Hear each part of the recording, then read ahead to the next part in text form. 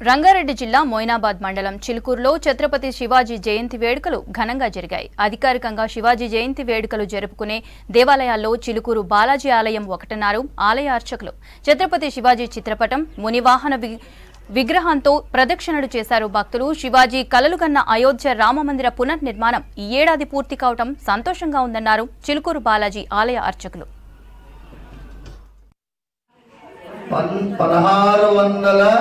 1630వ సంవత్సరంలో పుట్టారు మహానుభావుడు ఛత్రపతి శివాజీ మహారాజ్. 1630 1680 అయిపోయాడు. ప్రాణ 50 ఏళ్ళు మాత్రమే బతికాడు. కొంతమంది 52 అంటున్నారు, కొంతమంది 50 అంటున్నారు.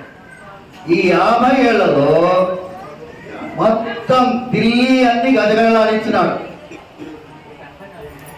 తానాషా, ఇక్కడ ఉన్నటువంటి తానాషాతో ఒక ముస్లిం రాజుతో స్నేహం చేశాడు.